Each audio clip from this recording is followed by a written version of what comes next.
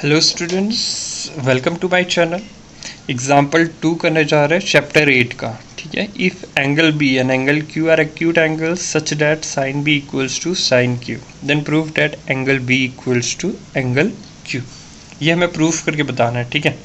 जैसे कि क्वेश्चन दिया हुआ है, if B and Q are acute angles है और कैसे है, sine B equals to sine Q के बराबर में। ठीक है। तो मेन ये इसी क्वेश्चन को आपको समझना है। ठीक है।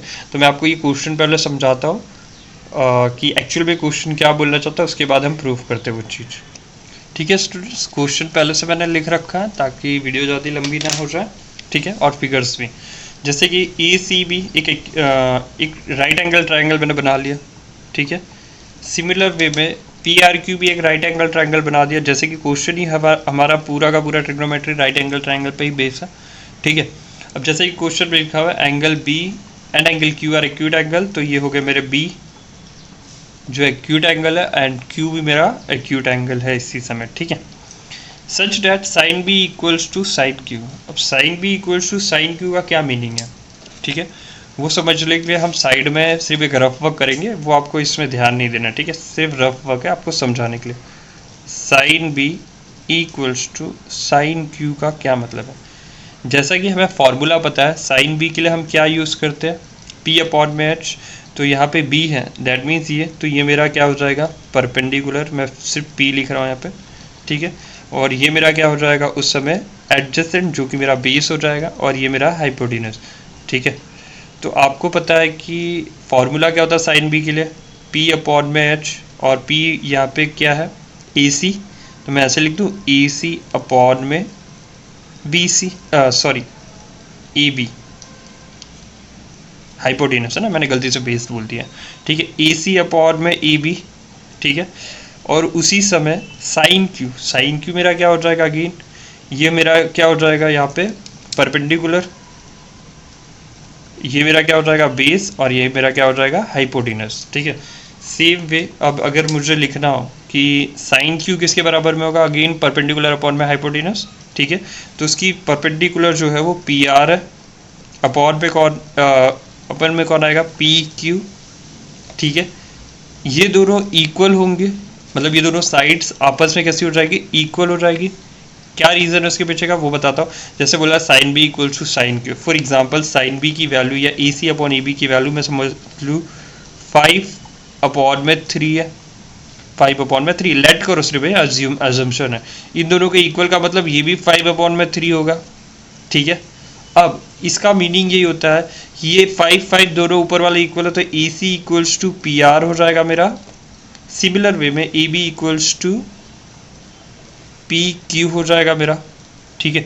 मतलब ए सी जो है पी आर के बराबर है, और वहाँ पे ए बी किसके बराबर है, पी क्यू के बराबर है। ठीक है।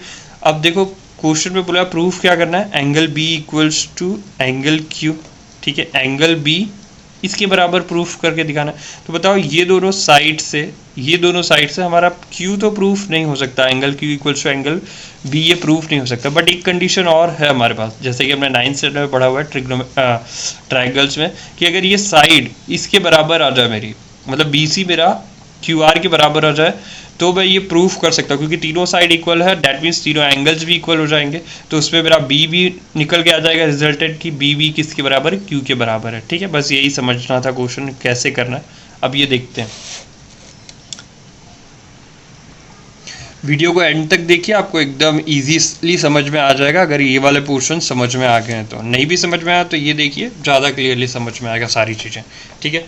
जैसा कि हमने ड्रॉ किया लेट अस, ये वाला रफ वर्क है, ओके, आपको समझाने के लिए। लेट अस कंसीडर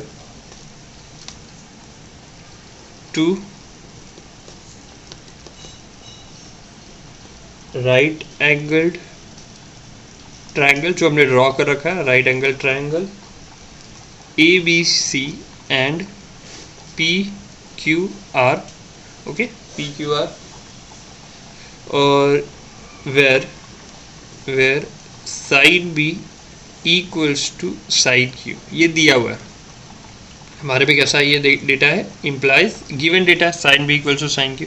तो यहाँ पे हम साइन बी की वैल्यू रख सकते हैं ना, जैसे मैंने वहाँ बताया था, साइन बी की वैल्यू क्या रख सकते हैं, ए सी अपॉन में ए बी। तो यहाँ पे भी यही करेंगे, therefore sine B equals to, sine B किसके बराबर आ जाएगा, ए सी अपॉन में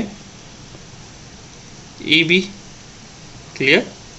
इसका फॉर्मूला याद रखना, पी अपॉन में हमने एच लिया है, ठीक है, जैसा कि मैंने बताया था पंडित बद्री प्रसाद हरिहरि बोल, उसी फॉर्मूले से लिया, ठीक है। सिमिलर वे में therefore sine Q equals to, sine Q के इक्वल में क्या आ जाएगा, पी आर अपॉन में पी क्यू।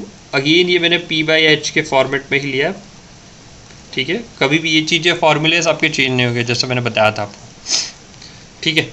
अब जैसा कि मैंने बताया, मुझे क्या इक्वल कर देना है, बी सी और क्यू आर को इक्वल करके दिखाना, तभी मेरा सारी चीज़ें प्रूफ होगी।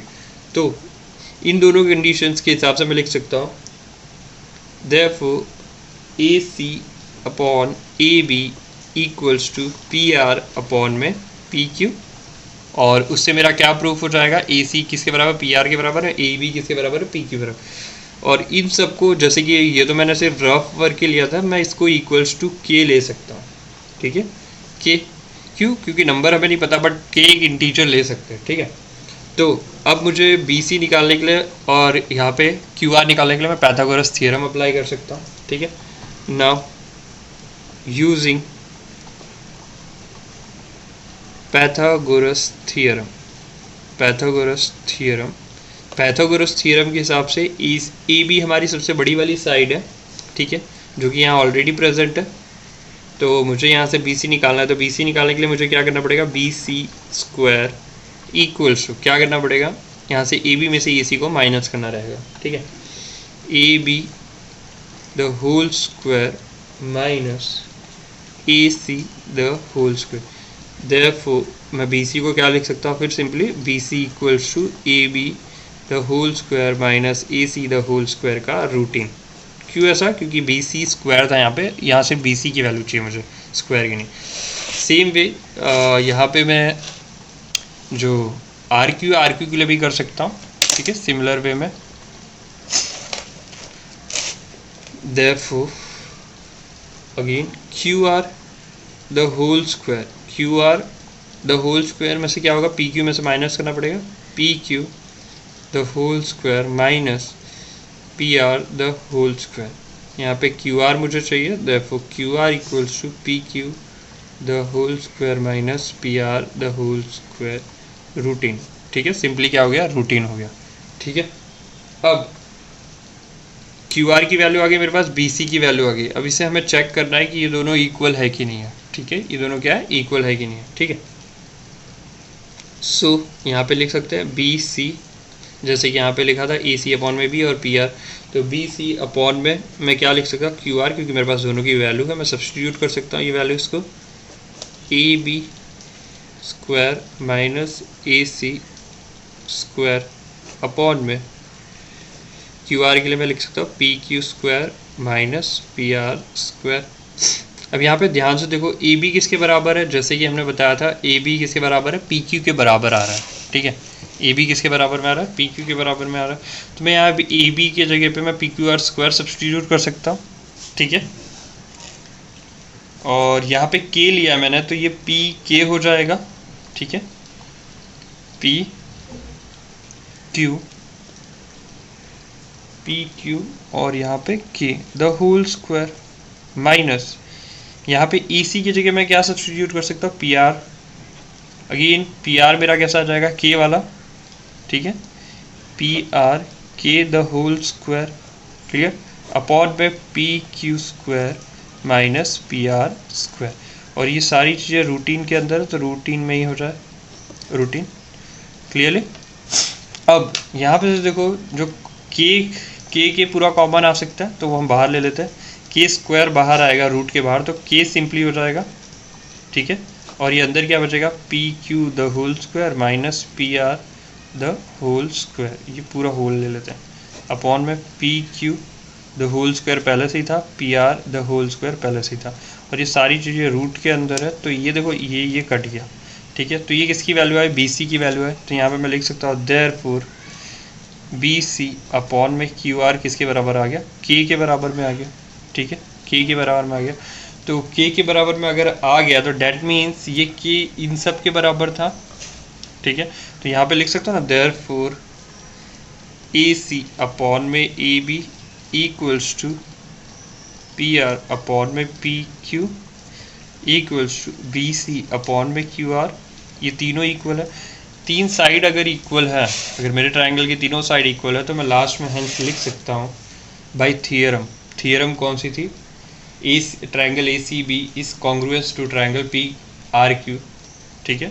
Therefore triangle ACB is congruence, कैसे? तीनों साइड इक्वल, ट्रायंगल PRQ।